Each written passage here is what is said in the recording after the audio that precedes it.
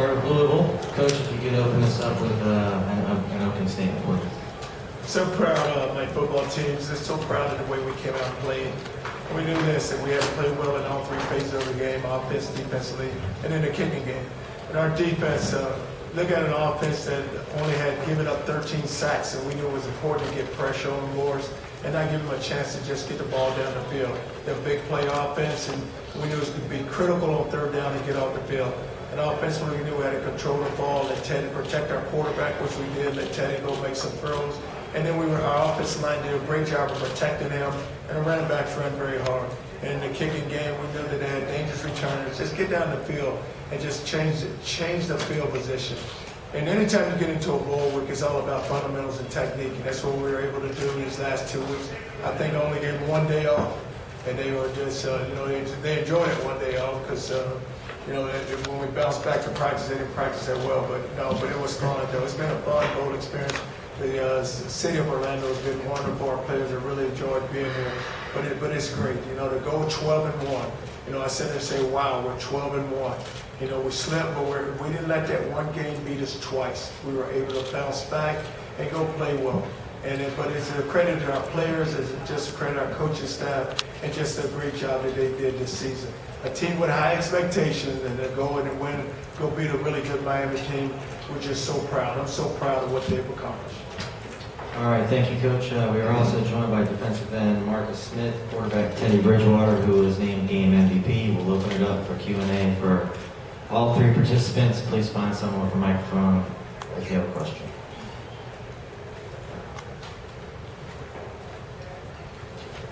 Teddy, epic performance against a school that you grew up rooting for. You got very animated after one of the touchdowns. You threw up the U and did so over the slash. What was that all about?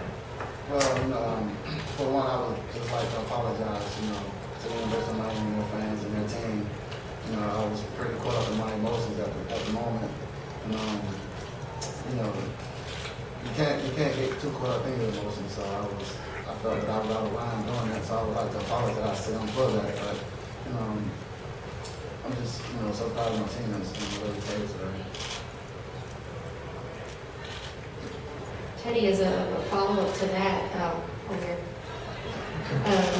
this week you kind of downplayed what the emotions would be like, but you seemed very fired up, and so did all your teammates. How much did this game mean to you going up against Miami and then having the performance that you did? Well, it meant a whole lot because not only were we going against, not only was I and some of the guys from the state for going against, a hometown school, but we were going against a quality opponent, a decent opponent. And that's what we've been waiting for all year.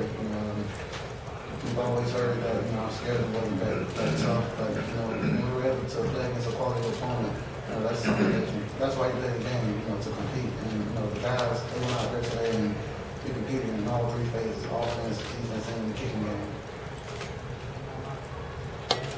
Charlie, you said this game was back here. Charlie, you said that this game was going to be the measuring stick of what you guys bring to the ACC. What message do you think you sent tonight? Well, I've been saying this the whole season long, and I still feel like this. We have one of the best teams. We are one of the best teams in college football. When we go out and play in the way we played tonight, you can understand why. But when you go into a conference, you always look at who are the top teams in that conference. I look at Miami, I look at Clemson, I look at Florida State. And for us to get our program to where we need to get it to, those are the teams that we have to measure up to. And each and every week next year, it's going to be a great experience for us. But just looking at what we accomplished tonight, it was great just watching our team and watching how well we performed. Charlie, what is it about this coaching staff and getting ready for bowl games? Last year you came out against Florida and performed really well. This year Miami did the same thing. When you get to a bowl game, it's all about fundamentals and technique, and that's what you have to work on. Like, we had 2 weeks to prepare. So the first week we did nothing but fundamentals and technique, just how to play a cut block, just making sure we don't turn the ball over, how to just do the little things. And that's what we didn't want to get away from. You can't make it a scheme game because at the end of the day, our guys, they know how to line up. They know what the defense you call, what offense you call, what special teams. They know all those things. But it's all about fundamentals, and it's the little things that you have to continue to work on. And you had to practice. You know, what we did, we practiced. I know our guys wanted some time off, but they weren't going to get any time off. It was like, hey, we're going to practice, and then I would practice you early enough where I give you the afternoon off. But it just boils down to just work, and it's just mental, physical toughness, and you get that accomplished, and then once you get to the game day, and we felt like going into this game, we were there, we were ready to go play. You can ask these guys, you know, today we had a walkthrough. Yesterday it was very light practice, but I didn't put the pads, I maybe put the pads on twice, you know, so 2 weeks, we can go practice. I think we matured enough now to go practice. Coach, were you trying to send a message to Miami or the rest of the ACC by passing so late in the fourth quarter with the big lead you had? No, we never try to send a message, and we always respect this game, and we always respect the opponent. So it was never we make anything about us. You know, sometimes when you line up on defense and you take away a lot because what they was trying to do was pressure, then you can't let them. They didn't load the box, so you try to get the ball out of your hands and take what they give you. But it's never about us, and it's never about us trying to send a message or just trying to say who we are. We're going to play the game, and we're going to play the game the right way. For both of the players, you don't feel like y'all made a statement to the ACC with the way y'all performed tonight against one of the traditional powers that Coach Thompson y'all try to measure up against? I feel like we did, as a unit and as a team. I feel like we made a statement, to the nation that, we can play with, anybody in the country. And, I feel like no one really gives us a chance, but every time that we are faced with a quality opponent, I think we step up to the task and make it happen. Like you said, we've been waiting all year, for a quality opponent. Not knocking the teams that we're facing in our conference now, but no one ever respected our schedule. And Coach Ron always said that respect is something that you have to take. So we just felt that tonight we were able to just go out there and earn that respect and take it. Coach, this is for you and Marcus. Do you feel like this defense gets lost in the shuffle sometimes? As great as that offense was tonight, but this defense was really great as well, holding Miami to 174 yards total. No, I don't think that at all. Because I look at us and we have to. I noticed with all three phases that we play to one another, and each game is going to be different. But defensively, we played very well this year, but it was no reason for us not to. And tonight, just with the pressure. I know this on defense. If you can disrupt the rhythm of an offense, you have a chance. And our first goal when playing to win is go play great defense. We have a great quarterback, we have a great offense, but defensively, we're going to go and we're going to play each and every game because the championship teams play great defense. I just think about, not all that. We don't really think about like all that other stuff. Our main focus is, to try to get the ball back to Teddy so he can go down, and try to score. That's our main focus. We just want to get the ball back to him. Charlie, you've seen a lot of outstanding performances from Teddy. Where does this one rank? Well, it's looked like each and every week it gets better and better. You look at the Cincinnati and then you say, well, how can we measure up to the 2 plays that he made there? And then you watch tonight, he has a guy dragging on him, and then he gets the guy up, almost got the guy up with the safety. I think if the ball hadn't hit the ground, he probably could have got away from him. But he's a special player, and he has so much respect for his teammates.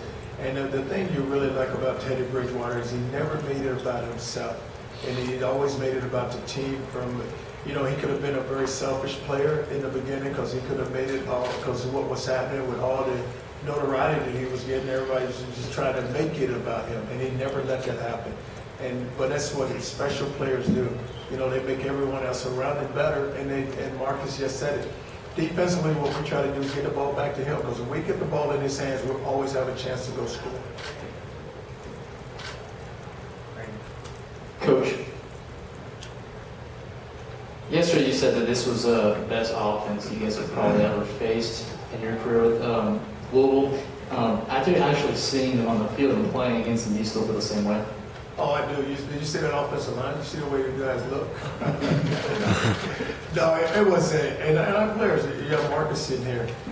But if you watch them the whole season, we just played so well tonight on defense. But what we were able to do is, on third down, we gave them a lot of issues because we just was walking guys around. We never put a guy's hand down. But we wanted to make it, there's almost like the radar defense, just move guys around, move them around, and then come with the pressure. But we want to create confusion for the quarterback because they had their speed at wide receiver. One thing about them, those guys, they run 4-3s. They play like they run 4-3s too. They can run. But we knew we couldn't give up a big play tonight on offense with the wide receiver.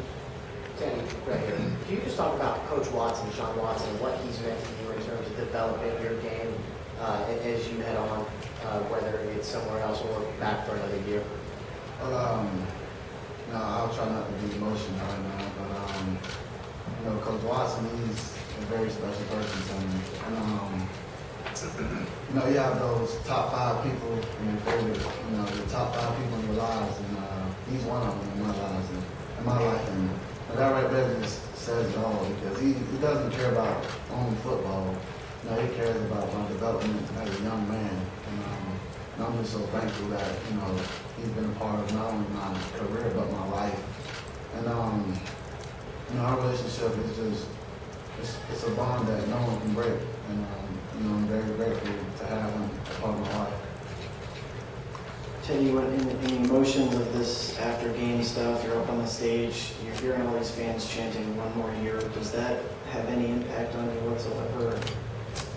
You know, as of now, you know, it's not about me. You know, it's about this team. And, you know, we want to celebrate tonight's victory. And, you know, each of us will have decisions to make, whether it's the seniors, you know, junior underclassmen.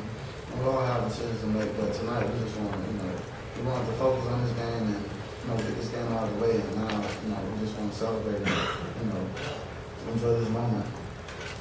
Teddy, how long will you wait to go through the process of deciding whether or not you want to come back? And have you visited Houston at all? Know anything about? You know, you probably Well, you know, I'm not setting any type of date or time frame. You know, I believe the date is January 15th, where we have to make a decision. So, you know, I want to sit down, talk with my mom, talk with my coaches, and talk to some of my mentors, and you know, just go from there. But right now, like I said, this moment right here is all about the team.